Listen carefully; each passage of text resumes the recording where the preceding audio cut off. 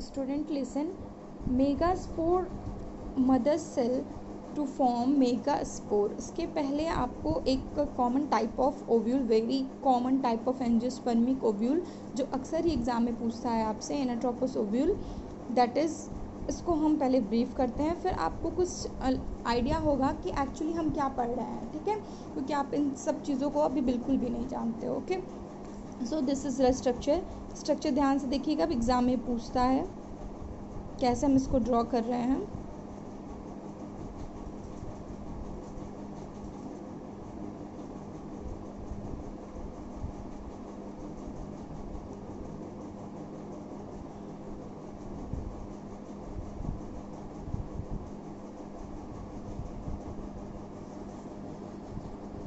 And this is filled with tissues,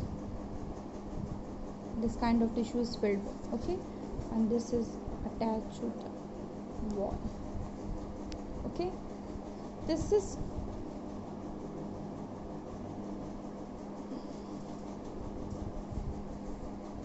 okay, listen, this structure is known as hilum.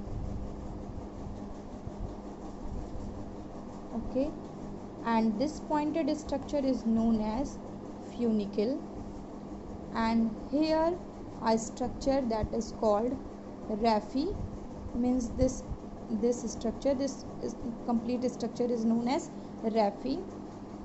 Okay, here there are two integument is present, one is inner integument and that is outer integument. Okay, outer integument, inner integument, this is ovule, outside the ovule raphe present, and below the raphe hilum, and below the hilum funicle is present, and this is attached to the placenta. Okay, listen, this kind of cell is known as antipodal cell, ये सब आप बहुत पहले से पढ़ते आ रहे हो. This is egg and sorry this is secondary nucleus, this is egg and these two cells are synergids. So listen student, anatropous ovule एक कॉमन टाइप ऑफ ओव्यूल है जिसमें आपको ये चीज़ें पढ़नी है. देखो, ये जो प्लेसेंटा है, placenta is rich tissue which is attached to the plant. Okay, and this placenta start the germination to form ovary. Okay, hilum is a structure which is filled with a parenchymatous tissue which is attached to the outer part of the ovule. Okay, and the funicle is a cylindrical stalk like structure. Okay, and this structure, this above part of the structure having mass of thin wall parenchymatous cells. Okay, here the mass of thin parenchymatous cells which is filled here, that structure is known as nucleus. मैंने अभी word use किया था previous lecture में, nucleus. Primary parietal cell is convert to develop nucleus. Okay, this is the nucleus. Okay, and the single megaspore mother cell is responsible for development of this structure, that is ovule. Okay, so listen, this common type of ovule having different reasons to enter the pollen tube. Okay, this reason here, the opening reason is known as micropyle, and the just above the micropyle the reason is known as chalaza, and here the third reason that is integument. Means pollen tube जो है वो आपके micropylar tube इधर से भी entry कर सकता है, चलेजा से भी एंट्री कर सकता है, एंड इधर से भी एंट्री कर सकता है. और जिधर से पॉलिन ट्यूब एंटर करता है उसका अपना एक स्पेसिफिक नेम होता है जो हम आपको आगे के लेक्चर में ब्रीफ करेंगे. Okay,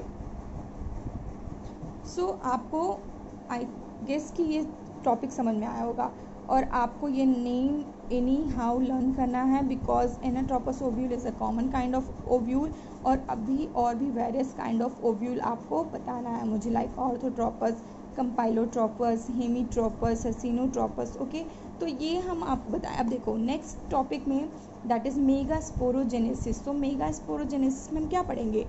this structure, how this structure is developed. Okay, so in megasporogenesis, this is the primary parietal cell and this is the megaspore mother cell. Okay students, so microspore mother cell, development of megaspore from, ऐसे हम इसको वो definition इसकी ऐसा देते हैं, the megaspore mother cell undergo for meiosis to develop megaspores. This step is known as megasporogenesis.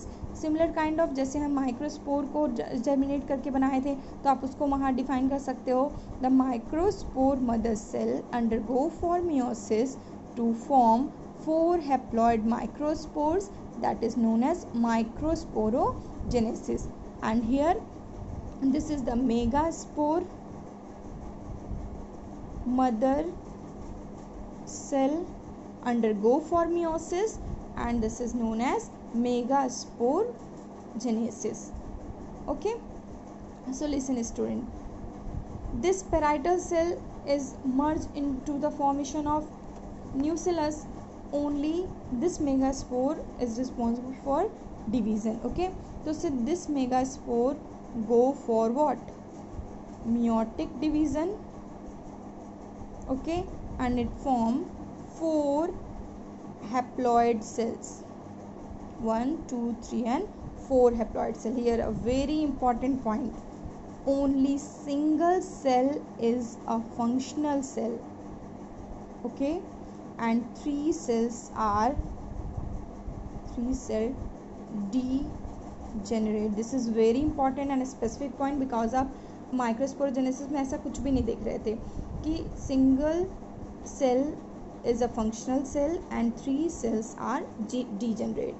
Now this single cell is go for mitotic division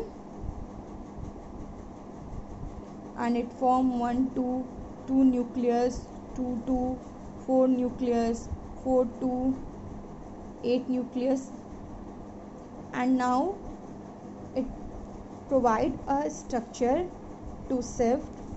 There are 3 antipodal cell, 1 secondary nucleus and the 1 egg and 2 are synergids. Okay, this ovule is known as 7-celled and 8 nucleated. But आपको यहाँ कितना nucleus दिख रहा है? 1 2 3 4 5 6 7 7 nucleus ही दिख रहा है, तो आप इसको 8 न्यूक्लिएटेड क्यों कर रहे हो? So guys remember, this is the haploid in number, this is haploid in number, this is haploid in number, but this 2 cells emerge to form 2 N nucleus, इसीलिए इसको हम क्या बोलते हैं? Secondary nucleus. And this is the egg is also haploid in number and both 2 synergids are also in haploid in number. Okay, आपको याद होगा double fertilisation में जब हम सेकेंड मेल गैमीट को इससे फ्यूज़ कराते थे तो डबल फर्टिलाइजेशन कहते हैं. Okay, so listen student, I will brief you a structure. This structure,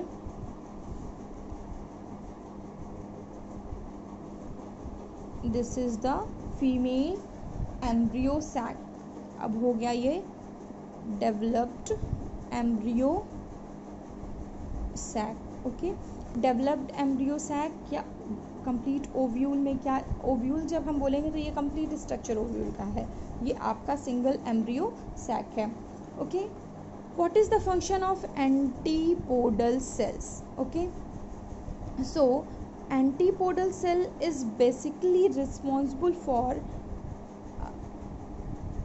it behave as a nutritive cells. Okay, means कि antipodal cells sooner or later also get disorganized. means इसका कोई function नहीं है, धीरे धीरे जब भी mature होता है ये disorganized होता है, but जब तक ये रहता है it provide to nutrition. Okay, and this synergid cells having a different kind of hair like structure that is known as filiform cells. याद रखिएगा, फंक्शन पूछता है कभी कभी filiform cells का. This filiform cells is मतलब इसको याद रखिएगा बहुत अच्छे से. This filiform cell is a बोल सकते हैं कि cellular thickening and which is guiding the pollen tube. Okay, ये क्या करता है? Guiding pollen tube. Means pollen tube जब आता है तो चलेजल एंड से इसको एंट्री कराने के लिए ये हेल्प करता है filiform cells. Okay, and this is the egg. First male gamete fused with egg cell and second male gamete fused with diploid 2n secondary nucleus. Okay, and this is the complete structure of embryo sac.